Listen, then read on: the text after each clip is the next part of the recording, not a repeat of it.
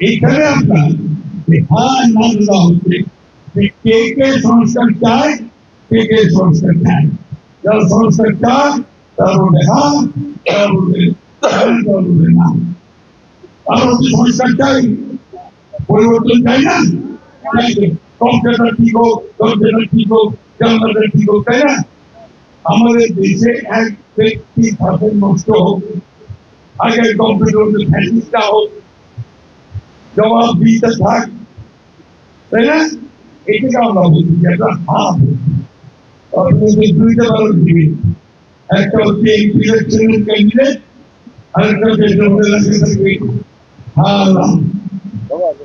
সংস্কার চাও কি সংস্কার।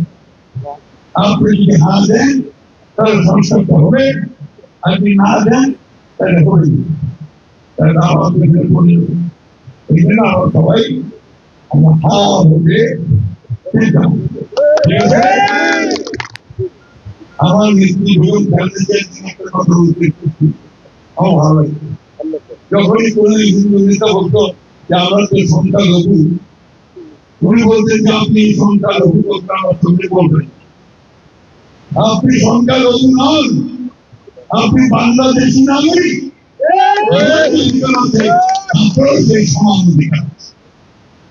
আমি আপনাদেরকে এই কথা জোর দিয়ে বলতে চাই, আপনার নিজের অধিকারের জন্য নিজের পায়ে দাঁড়ান।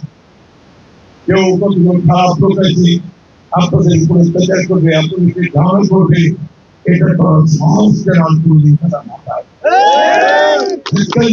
মনে রাখবেন যে আমরা বিএনপি, আমি মির্জাকে আপনাদের পাশে আছি সবসময়, অতীতে ছিলাম, এখন আছি।